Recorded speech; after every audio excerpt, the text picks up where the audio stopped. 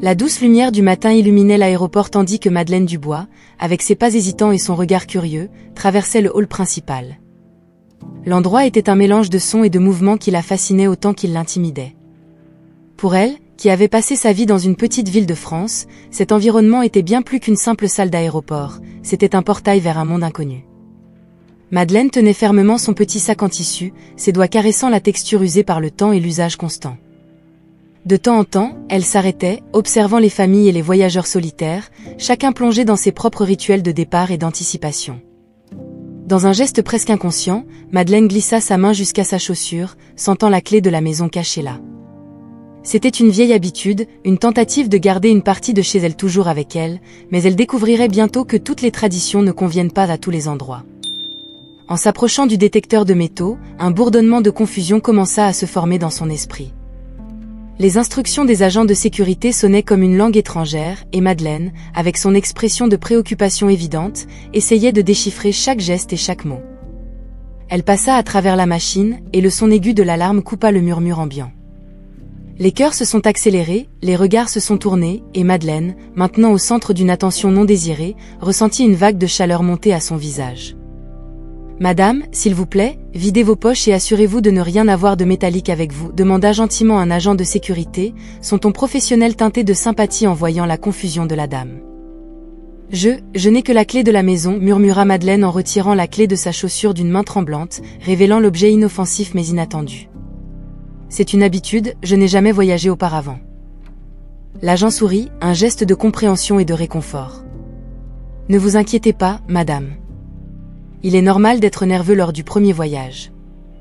Nous garderons votre clé en sécurité jusqu'à ce que vous passiez la sécurité, d'accord ? » Madeleine hocha la tête en remerciant à voix basse tout en remettant la clé à l'agent. À chaque pas, à chaque petit obstacle surmonté, elle ressentait un mélange d'anxiété et d'excitation. Le voyage qui l'attendait était plus qu'un simple changement de lieu, c'était un voyage pour découvrir de nouvelles facettes d'elle-même, affronter l'inconnu avec la dignité et la résilience que la vie lui avait enseignées. Madeleine, maintenant avec la clé soigneusement rangée, continua son chemin à travers le labyrinthe de couloirs et de salles d'attente de l'aéroport. Les panneaux, bien que nombreux et informatifs, semblaient plus confus qu'informatifs, chaque flèche pointant dans une direction la faisait douter de son choix. Les vêtements simples qu'elle portait, des tissus délavés par le temps mais propres et soignés avec soin, contrastaient avec l'éclat et la sophistication des tenues des autres voyageurs. Elle sentait les regards. Certains étaient rapides, d'autres plus longs, mais tous portaient un message silencieux d'étrangeté et de jugement. Les murmures, bien qu'inintelligibles, avaient un ton que Madeleine connaissait bien, le ton de la désapprobation voilée, du préjugé non exprimé, mais vivement ressenti. « Est-ce que cette dame est perdue ?» entendit-elle, la voix d'une jeune femme empreinte de curiosité plus que de préoccupation. « Elle semble un peu déplacée ici, non ?» commenta une autre, un peu plus éloignée, suivie d'un rire étouffé. Madeleine avança, ses pas un peu plus lourds, chaque mot entendu ajoutant du poids à la charge invisible qu'elle portait déjà. Elle cherchait le comptoir de la classe affaires, un billet acheté non par luxure, mais par le besoin d'un confort bien mérité lors d'un voyage si important et si tardif dans sa vie. Enfin, elle trouva le comptoir et s'approcha avec hésitation. L'employé, impeccablement vêtu, leva les yeux de ses papiers, son expression initiale de professionnalisme laissant place à la surprise, puis subtilement au scepticisme. « Puis-je vous aider, madame ?» demanda-t-il, sa voix polie mais ses yeux trahissant toujours une pointe de doute. « Je suis ici pour l'enregistrement » répondit Madeleine, tendant son billet avec des mains légèrement tremblantes, « classe affaires ». Pendant un instant, le silence s'étira entre eux, l'employé regardant le billet, puis Madeleine, puis à nouveau le billet, comme s'il essayait d'aligner la réalité devant ses yeux avec l'attente qu'il avait en tête. « Bien sûr, madame, un moment s'il vous plaît, dit-il enfin, retrouvant sa posture professionnelle, mais les regards et les murmures autour d'elle persistaient, des rideaux invisibles séparant Madeleine du monde auquel elle avait droit. À chaque pas, à chaque regard, à chaque mot murmuré, Madeleine comprenait que son voyage serait plus qu'un simple déplacement d'un point à un autre, ce serait une lutte silencieuse contre les ombres de la préjudice et de l'incompréhension. Avec son billet enfin confirmé, Madeleine se sentit un peu plus en sécurité, mais une sensation d'inconfort planait toujours dans l'air. Les instructions de l'employé du comptoir, bien que claires à l'époque, se perdirent rapidement dans le dédale de ses propres pensées et dans la foule qui se déplaçait dans toutes les directions. Elle suivit un groupe qui semblait avoir une idée claire de sa direction, le rythme de leurs pas et la détermination de leur objectif semblant être un bon présage. Cependant, le cœur de Madeleine commença à battre plus fort lorsque, après quelques minutes, elle réalisa que les annonces concernant les vols et les indications ne correspondaient pas à ce qu'elle attendait. Le groupe avec lequel elle marchait se dirigeait en fait vers une destination totalement différente de la sienne, un vol pour l'autre côté du pays. L'anxiété augmenta rapidement, se transformant en une panique silencieuse. Madeleine s'arrêta, regardant autour d'elle à la recherche d'un signe qui la guiderait correctement, mais tout ce qu'elle trouva, ce furent d'autres visages pressés et indifférents. C'est alors que la voix apaisante d'un employé de l'aéroport l'atteignit. « Madame, vous semblez un peu perdue. Puis-je vous aider ?» Il s'approcha avec un sourire rassurant, sa présence étant le phare dont Madeleine avait tant besoin à ce moment-là. « Je pense avoir suivi le mauvais groupe. Mon vol est pour Paris, en classe affaires, expliqua Madeleine, sa voix tremblant légèrement. Ne vous inquiétez pas, vous avez encore du temps. Je vais vous accompagner jusqu'à la porte d'embarquement correcte, dit l'employé, et d'un geste invitant, il guida Madeleine à travers les couloirs de l'aéroport. Pendant qu'il marchait, il parlait doucement, essayant de calmer les nerfs évidents de Madeleine, racontant des histoires d'autres passagers qui, tout comme elle, avaient fait face à et surmonté les défis de l'aéroport. Lorsqu'ils arrivèrent dans la zone d'embarquement de la classe affaires, Madeleine se retrouva face à un jeune passager qui semblait remarquer son arrivée hâtive et confuse. Il s'approcha avec un sourire gentil et une expression d'empathie. « Première fois en avion ?» demanda-t-il, son ton amical et accueillant. Madeleine hocha la tête, reconnaissante de trouver un visage amical au milieu du tourbillon d'émotions et d'événements de la journée. « Oui, et il semble que j'ai presque transformé cette première fois en une grosse erreur. » Ne vous inquiétez pas, les aéroports ont le don de nous dérouter un peu. Mais regardez, vous êtes arrivé au bon endroit, dit-il en montrant la porte d'embarquement d'un geste. Là, dans cette bref échange de mots et de sourires, Madeleine trouva un peu de paix et la confirmation qu'en dépit des obstacles et des regards, elle était exactement là où elle devait être. Madeleine, soulagée d'être enfin à la bonne porte, attendit le moment d'embarquer. L'ambiance dans la zone d'embarquement de la classe affaires était un monde à part, rempli de confort et de tranquillité, mais la sérénité fut brusquement interrompue par l'arrivée de Monsieur Lefebvre, un homme au maintien imposant et à l'expression austère. Lorsque ses yeux se posèrent sur Madeleine, une évidente expression de dédain s'empara de son visage. S'approchant d'un pas décidé, il n'hésita pas à exprimer ses doutes. « Ceci est la zone d'embarquement de la classe affaires, déclara-t-il, plus comme une accusation que comme une observation, son regard fixé sur Madeleine. Il doit sûrement y avoir une erreur. » Madeleine, bien qu'elle soit déjà fatiguée des jugements de la journée, releva la tête, faisant face au regard pénétrant de Monsieur Lefebvre. « Il n'y a aucune erreur, monsieur. C'est ma place, répondit-elle, sa voix ferme, mais ses mains trahissant l'attention du moment.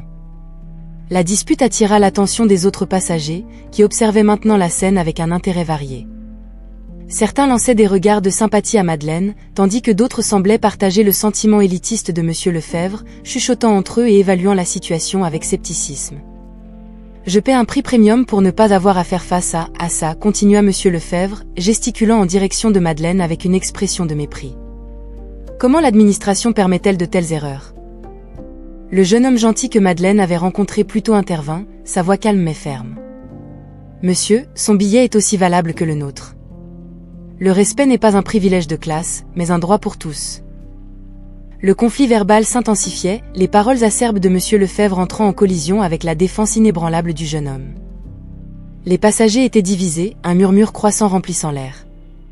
Certains secouaient la tête en désapprobation du comportement de Monsieur Lefebvre, tandis que d'autres semblaient approuver ses paroles, croyant que la présence de Madeleine était une erreur ou une intrusion.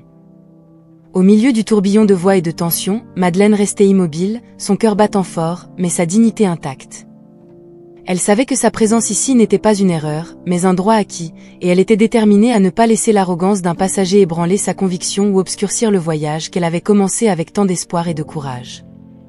Alors que le conflit en classe affaires s'intensifiait, l'atmosphère devenait de plus en plus chargée, chaque parole rude de Monsieur Lefebvre ajoutant du poids à l'air déjà tendu. Madeleine sentait chaque regard, chaque chuchotement, comme des vagues qui la frappaient, essayant de la faire tomber.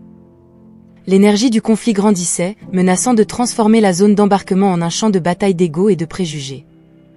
Au milieu du chaos croissant, un moment de clarté frappa Madeleine. Elle réalisa que sa présence, involontairement, était devenue le catalyseur d'un conflit bien plus grand qu'elle-même, une bataille de principes et de perceptions. Le cœur lourd, mais l'esprit déterminé, elle prit une décision altruiste. Je ne veux pas être la cause de tant de désaccords, dit Madeleine, sa voix basse, mais suffisamment claire pour être entendue au-dessus du tumulte.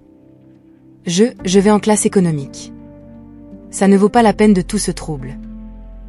Un murmure de surprise parcourut les passagers, certains visages montrant des signes de honte, d'autres de soulagement. Le jeune homme qui avait défendu Madeleine la regarda, les yeux emplis de respect mêlé de déception. Monsieur Lefebvre, continua-t-elle, s'adressant directement à l'homme qui avait déclenché le tumulte, ce n'est pas mon désir de perturber la paix de qui que ce soit ici. Je voulais juste faire ce voyage en paix. La décision de Madeleine, bien que prise sous pression, apporta un changement immédiat à l'atmosphère. La tension, qui semblait prête à éclater jusqu'alors, commença à se dissiper, laissant place à un silence inconfortable. Les passagers, maintenant confrontés aux conséquences de leurs propres attitudes et paroles, évitaient de se regarder dans les yeux, comme s'ils reconnaissaient, même tardivement, le poids de leur jugement hâtif. Monsieur Lefebvre, dont le visage avait jusqu'alors affiché une expression de dédain inébranlable, sembla, pour un bref instant, douter de sa propre conduite. Cependant, il ne dit rien, restant immobile tandis que Madeleine s'éloignait, sa posture digne contrastant avec la vulnérabilité qu'elle ressentait à l'intérieur. Bien que Madeleine ait choisi de se retirer du conflit, sa décision résonna profondément en chacun présent, laissant une marque indélébile de réflexion sur la nature humaine et la véritable valeur de l'empathie et du respect mutuel. Madeleine, avec sa décision prise, rassembla ses maigres affaires, se préparant à s'éloigner du confort promis de la classe exécutive. Son sac, un reliquaire de souvenirs et de petits trésors accumulés au fil des ans, était maintenant ouvert dans ses mains tremblantes. Alors qu'elle ramassait ses affaires, un petit objet glissa silencieusement hors de son sac, tombant doucement par terre.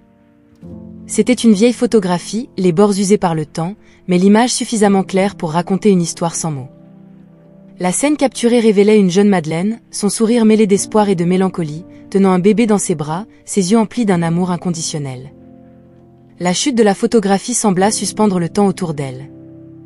Monsieur Lefebvre, qui jusqu'à présent avait maintenu une attitude d'indifférence, ne put s'empêcher de jeter un regard curieux vers l'objet tombé.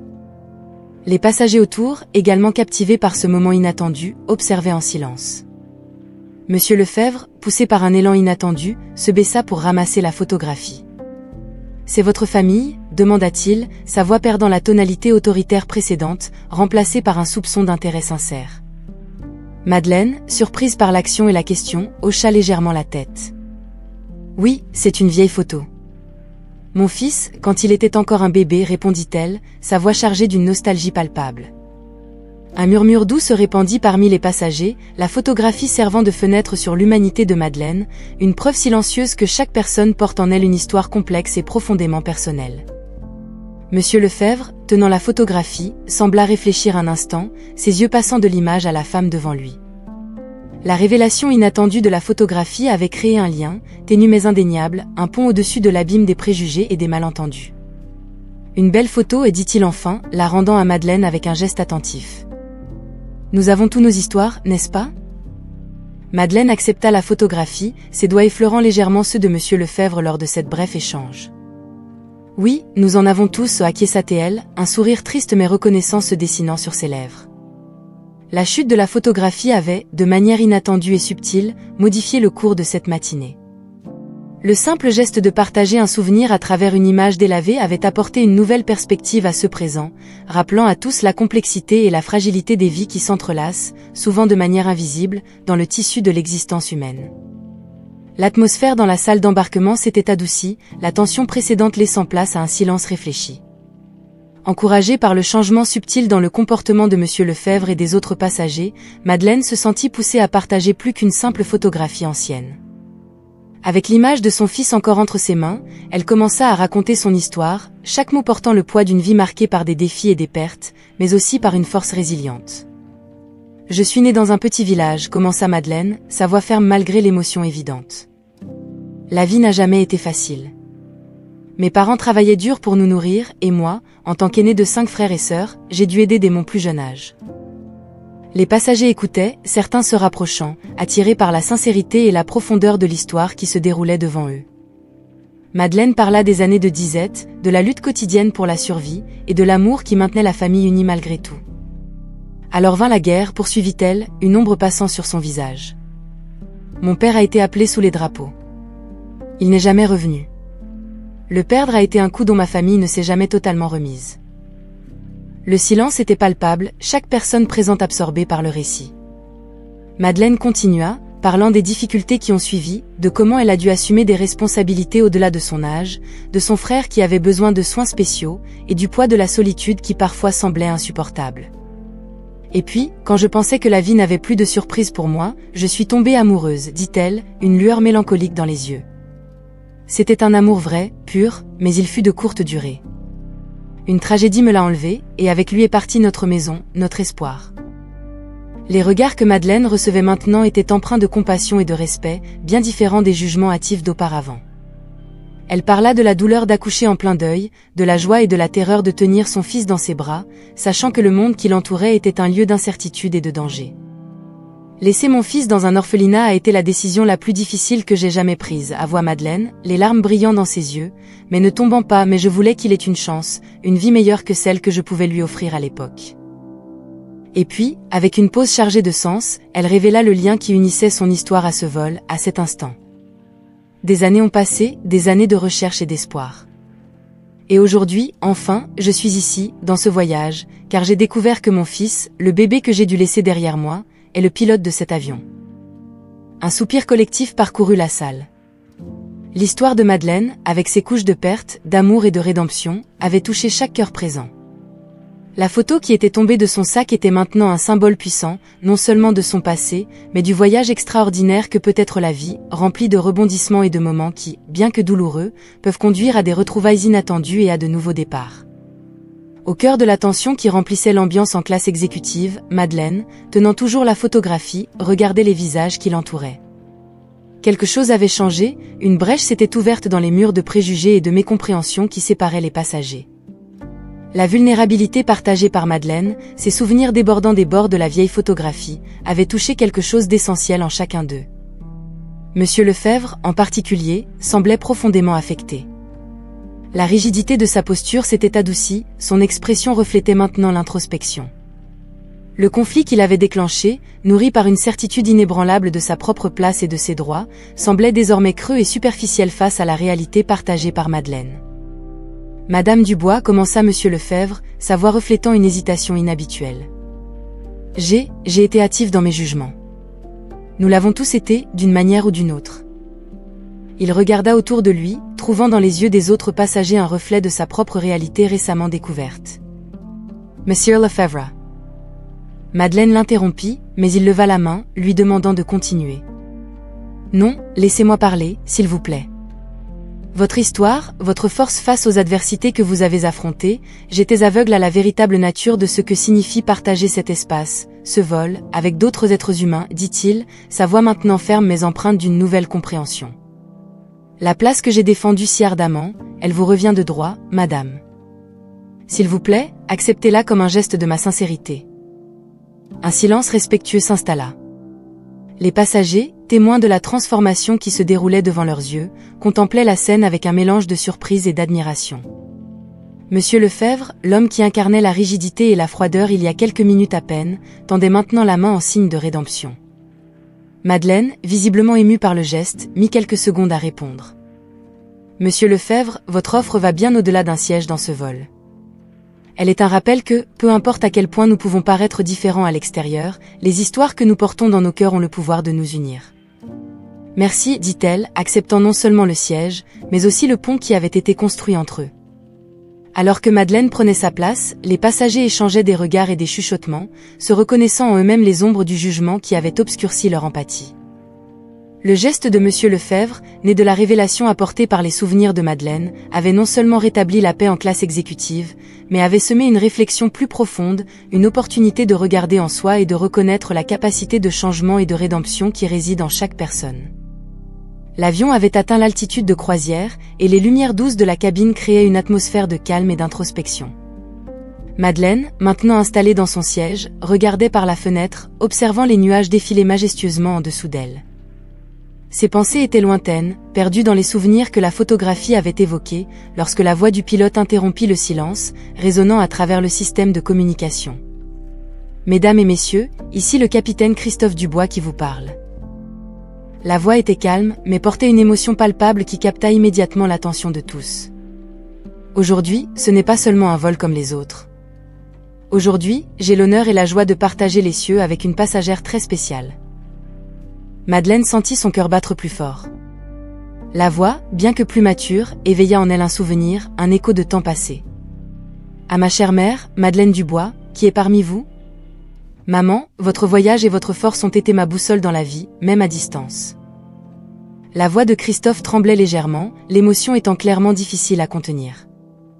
Les années nous ont séparés, mais l'amour et le pardon ont le pouvoir de traverser n'importe quelle distance, de surmonter n'importe quel obstacle. Un murmure de surprise et d'admiration parcourut la cabine, les passagers échangeant des regards de compréhension et de soutien. Madeleine couvrit sa bouche de sa main, les larmes coulant incontrôlables de ses yeux. « Mère, chaque vol que j'ai fait, chaque voyage que j'ai entrepris, a été un pas vers ce moment. Votre courage et votre sacrifice n'ont jamais été vains. Je suis ici, nous sommes ici, ensemble dans les cieux, et mon cœur déborde d'amour et de gratitude. Aujourd'hui, ma seule mission est de vous ramener en toute sécurité dans les bras du Fils qui vous aime tant. » La cabine plongea dans un silence respectueux.